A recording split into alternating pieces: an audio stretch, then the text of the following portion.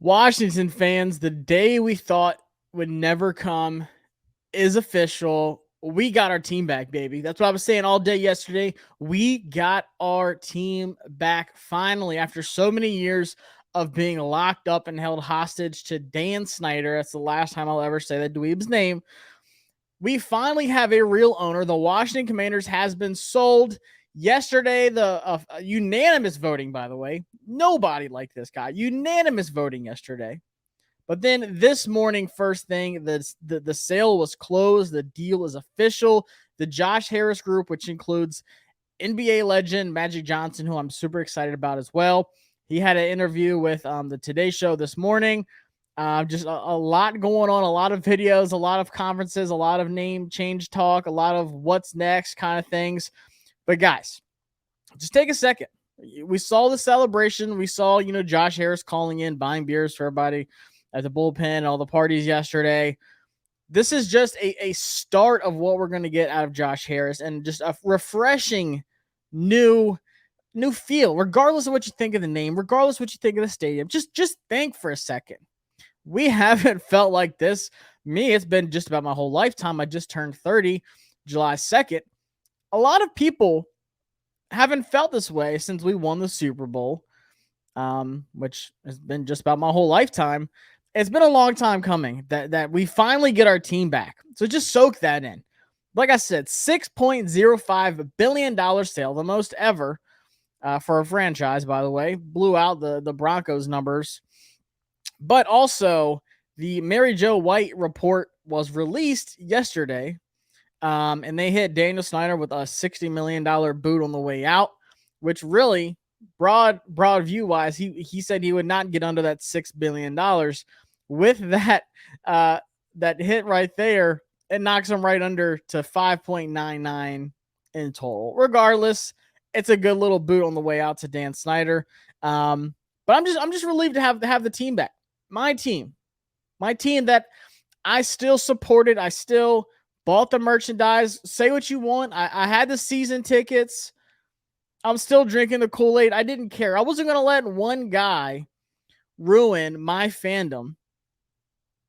But now I feel like I can finally wear this stuff, this hat, this shirt, all the stuff, all the jerseys I have, this helmet behind me, everything. I can finally wear this stuff with pride. And I don't have to worry about Dan Snyder. I don't have to worry about where the money's going to. I don't have to worry about all of this. We can finally rep this team. And there's a lot of people that have held out and said they're not coming to the stadium. They're not buying merchandise. They're not doing anything until the team's sold, which they said would never happen. Well, it's happened. So I'm challenging all these people that said they wouldn't come to the stadium, that they wouldn't buy the merchandise. Buy the merchandise. Come to the stadium. Week one's already about to be packed. It is likely going to be sold out from all the things I've been seeing, hearing. I'm going with a group of like 20-something people. I know many people that are coming with big groups. And it's going to be a demolishing of the Cardinals, regardless if it's Clayton Tune, Colt McCoy, whoever's at quarterback. Jesus Christ could be quarterback, and I feel like we would still win that game. So I'm ready for week one. But what's next? And, of course, the talk this morning, I'm on Twitter. A lot of people are on Twitter. Twitter's not dead yet, especially if you're a Washington Commanders fan. It is not dead yet. Josh Harris is talking right now. It's right about 1 o'clock Eastern time here in Austin, Texas.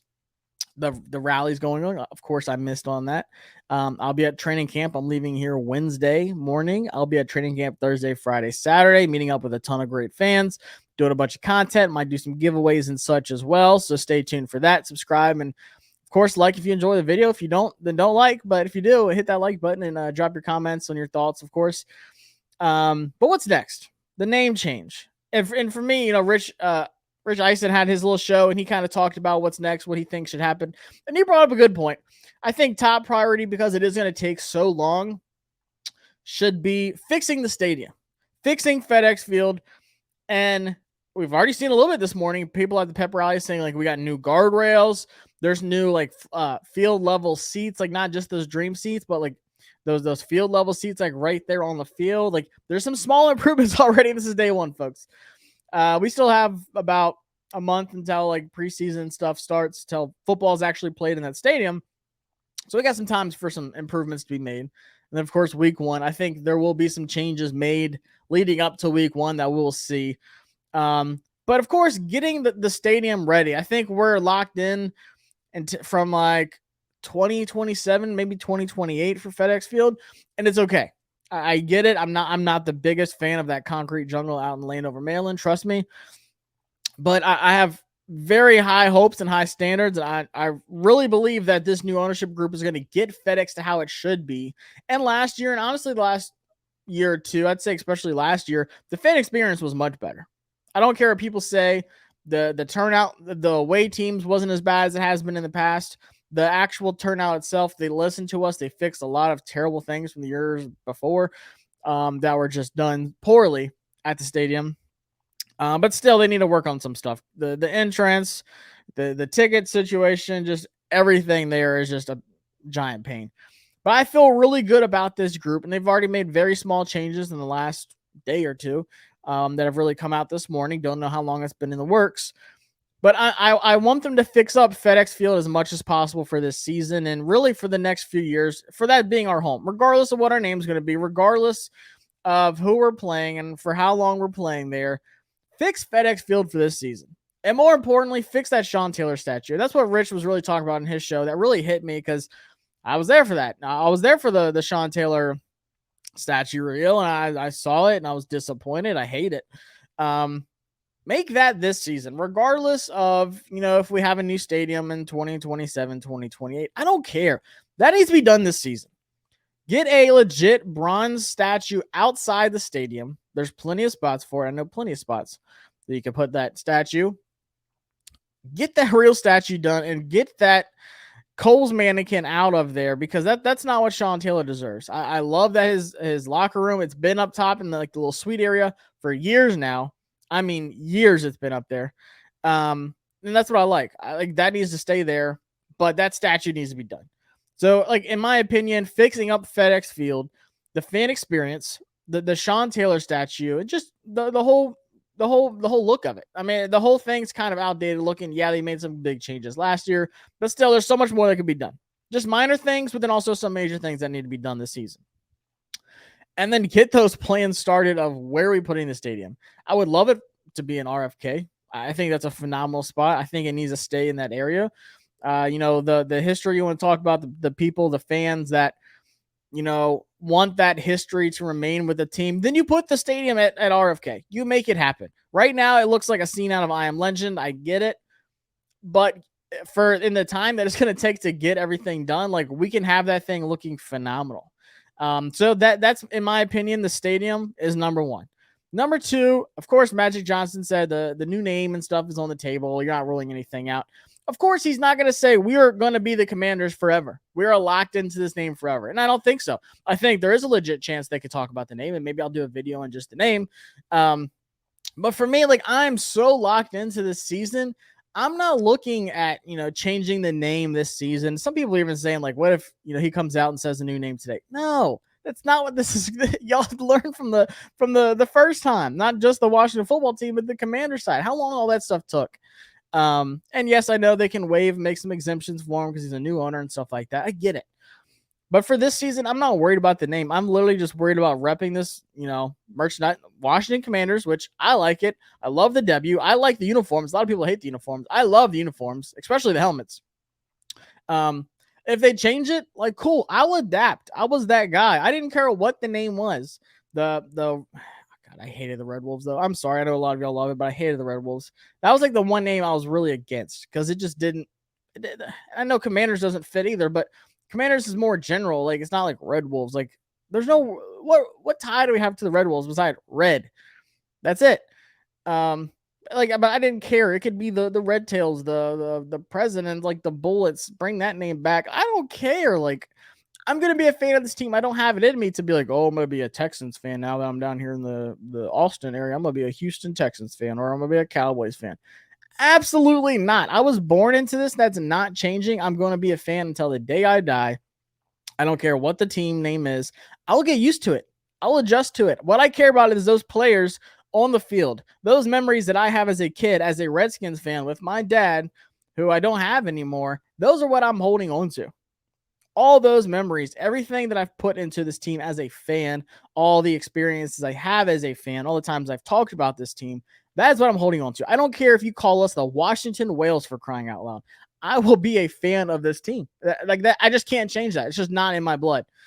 So maybe at the end of the season, they look at a new name. And if they do, so be it. I will cross that bridge and I will talk about it, but I'm not going to waste my time and energy. I'm worried about winning.